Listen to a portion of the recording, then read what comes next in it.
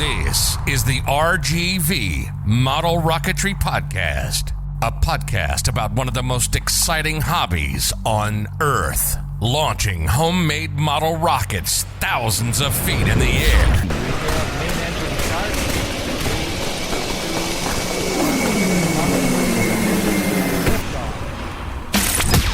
If it's certification, building, flying, event coverage, competitions, organizations related to rocketry, we're talking about it. This is the RGV Model Rocketry Podcast, and this is Randy Ashley. Welcome back. I'm Randy.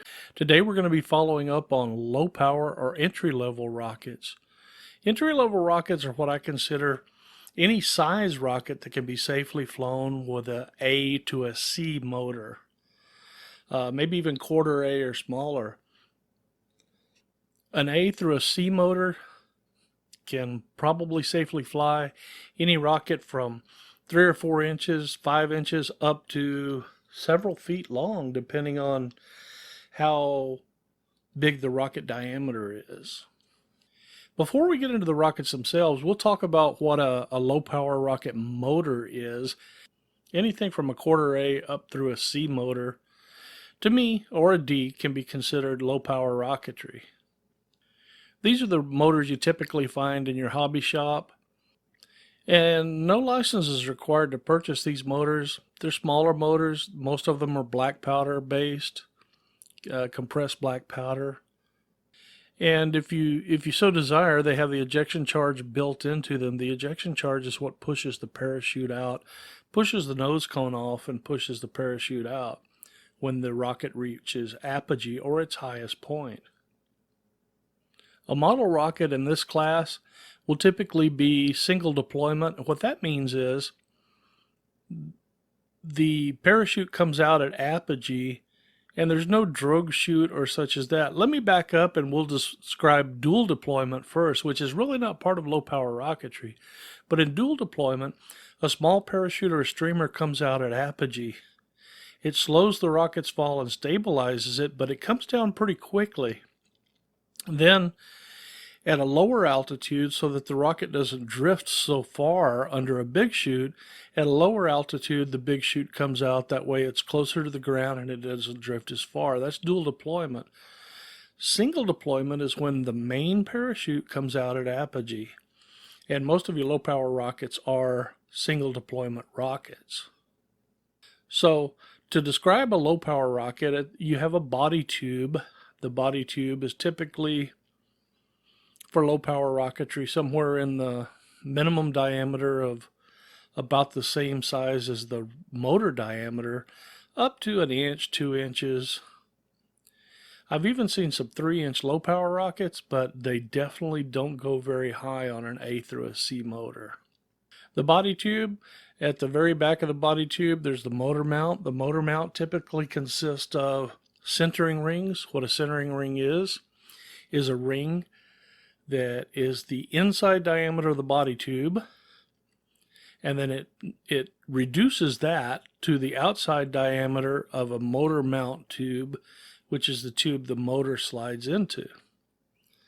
The motor mount tube will consist of the tube itself, a motor block, which will keep the motor from flying up through the rocket, and some type of motor retainer at the very back to keep the motor in the rocket, so that at ejection, the charge firing into the rocket to separate the nose cone and to push out the parachute does not eject the motor from the rocket itself. The motor retainer keeps it in the rocket during the ejection so that it comes back down with the rocket in a safe manner. The majority of parachutes in low power rocketry consist of a mylar or a plastic parachute with strings that attach it to the parachute and a shock cord. Typically the shock cords that come in model rockets, small model rockets, are elastic, but I like to take the elastic out and replace it with some kind of small Kevlar cord. The reason being, the ejection charge from the motor will heat the elastic and it'll eventually break at those points where it's been heated. In low power rockets, the fins are typically attached to the outside of the body tube via glue or a fin can, which consists of typically a plastic assembly that has all three fins joined to a round tube that slides over the model rocket tube itself. It's glued into place, and you don't have to align your fins or anything like that. Through the wall mounting, which we'll get into in mid-power rocketry, is typically not found in low-power rockets. Typically. There are exceptions to everything, obviously. Continuing up the rocket, we'll find the nose cone. The nose cone is typically attached to the rocket, as I said, by an elastic shock cord. The parachute is typically tied in the upper third of the shock cord, close to the nose cone, so that when the parachute comes out, the nose cone can't go back down and hit the rocket body itself. Now, when you think of low power model rocketry, the first thing that probably pops into your mind is, well, they probably don't go very high. Well, this is actually not true. In low power model rockets, they can go several thousand feet high, especially if it's what we call a minimum diameter rocket, as I touched on earlier. And this is where the body tube of the rocket is almost the same size as the motor itself. In some cases, the motor just slides into the body tube itself, and there is no motor mount per se, simply a retainer to keep it in place. And many times in low power rocketry, just taping the motor to the body tube in the bottom as a retainer is used, although I've never done that. I have seen it done, and some of these rockets can go many thousands of feet high, and they're so small they're very hard to find afterwards. So good luck with that. Most of the people who are flying the minimum diameter rockets tend to use a mylar streamer. And it's a mylar that's reflective so that hopefully they can catch a glint of the sunlight off of the streamer as it descends in order to locate their rocket. There are GPS assemblies that you could put in your rocket, even small enough to fit into some of the low power rockets, that transmit back to the ground via RF or via radio, and you have a receiver that allows you to track the rocket and find it once it lands. Those are typically not used in low power rocketry, but it is an option if it will fit in your body tube. One of the advantages of low power rocketry is it's an entry level that's very easy to get into. It is not expensive to get into. The launch equipment is very inexpensive. A launch pad for a low power rocket can consist of nothing more than a piece of wood with a hole drilled into it to accept a launch rod. And a launch rod is simply a rod that keeps the rocket stable and pointed in the correct direction until it gets enough airspeed to become stable on its own from the airflow over the fins. All the way up to, for instance, a tripod, a camera tripod, with an adapter built on the top to hold a 1/8 inch or larger launch rod. Most of the launch rods used in low power rocketry are under 3 feet tall. For some of the longer body tubes in low power rocketry, maybe flown on a C or a D motor, it's common to have a longer launch rod. And at this point, I'll explain that there's a launch lug, which is simply a short tube large enough to slide over the launch rod. The launch lug is glued to the rocket, and it's what keeps the rocket aligned with the launch rod as it begins to ascend.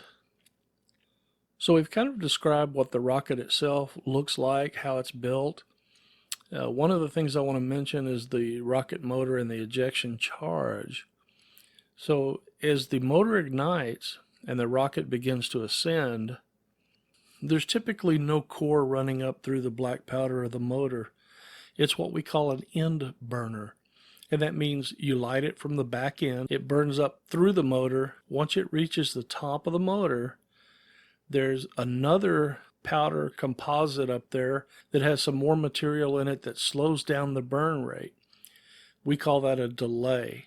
When it reaches that delay, it burns slower, and it burns for a predetermined time. So let's say you have a motor which is an A6-3.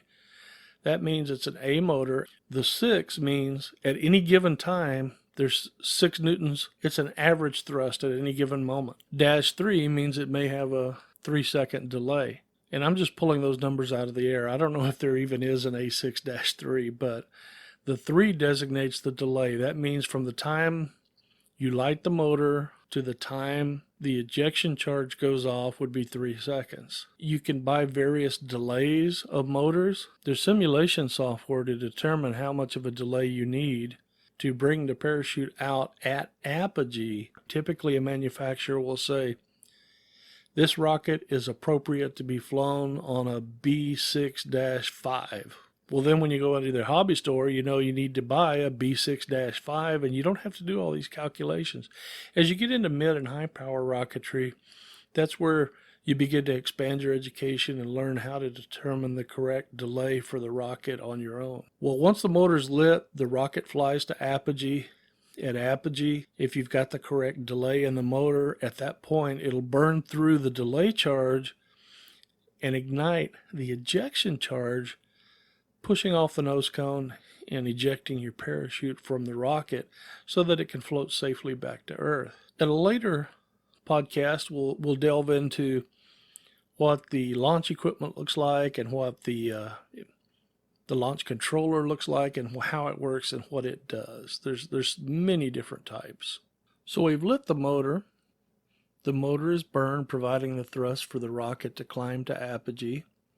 The delay charge is burned through so that at apogee, hopefully, the ejection charge pushes off the nose cone, pushes out the parachute. Then you're at the whims of the wind, and the rocket glides back to Earth or gently floats back to Earth and is blown by the wind in whatever direction it's going. Once the rocket reaches Earth, and at this point, let me mention, if you're new to model rocketry and you're not aware, you should never attempt to catch the rocket as it descends. Let it fall to Earth, then you can pick it up. When you first recover the rocket, it may be very warm or very hot on the motor end, so be careful with that till it cools down. Then after the motor cools down, you can remove the motor from the rocket. Then all that's required is to insert another motor, use some kind of wadding to protect the parachute from the ejection charge. The wadding goes in before you put the parachute into the body. So stuff the wadding in there, and the instructions for most model rockets tell you how much wadding to install in the body tube. Then you push the parachute in on top of the wadding after you fold it carefully. Put the nose cone on, and you're ready for another flight. As you're folding the rocket parachute, you should inspect your shock cord to ensure that it's not frayed and it's ready for the next flight. We've got it all put back together. We're ready to put it on the pad. When you're launching the rocket, you're going to put something in the motor called an igniter. I'd like to point out that for model rockets, you typically have to lay it on its side to see what you're doing to get the igniter in the correct place and get it installed in the motor. On mid and high power rocketry, it's a different procedure we go through. We never put the igniter in with a rocket horizontal unless there's a specific reason in the assembly process that requires that. Once the igniter's in the rocket, we attach the launch controller, typically by attaching some alligator clips, which are just some clips that you press to open, and then you release them and they snap tight onto the two wires that come off of the igniter. Make sure that the two clips or the two wires don't touch each other. Do a continuity check to ensure that the igniter is not broken, and we're ready to go again. Model rocketry is a lot of fun for almost all ages. However, I do encourage you, if young children are participating, be sure they have parental supervision so that they're doing everything safely. Bad habits learned early are very hard to unlearn, so make sure that they learn to do it the right way from the beginning. Well, we thank you for joining us at RGV Model Rocketry Podcasts. We're going to attempt to have one of these podcasts out every weekend. Next week, we'll probably take a look at mid-power model rocketry and how it differs from low power. So we hope you all will tune in. I want to remind you that we do have a website that has a lot of rocketry information. It's new, but it's growing. And that's rgvrockets.org. Come back and join us again next week as we release our podcast on mid-power model rocketry. We thank y'all for joining us, and we'll see y'all next week.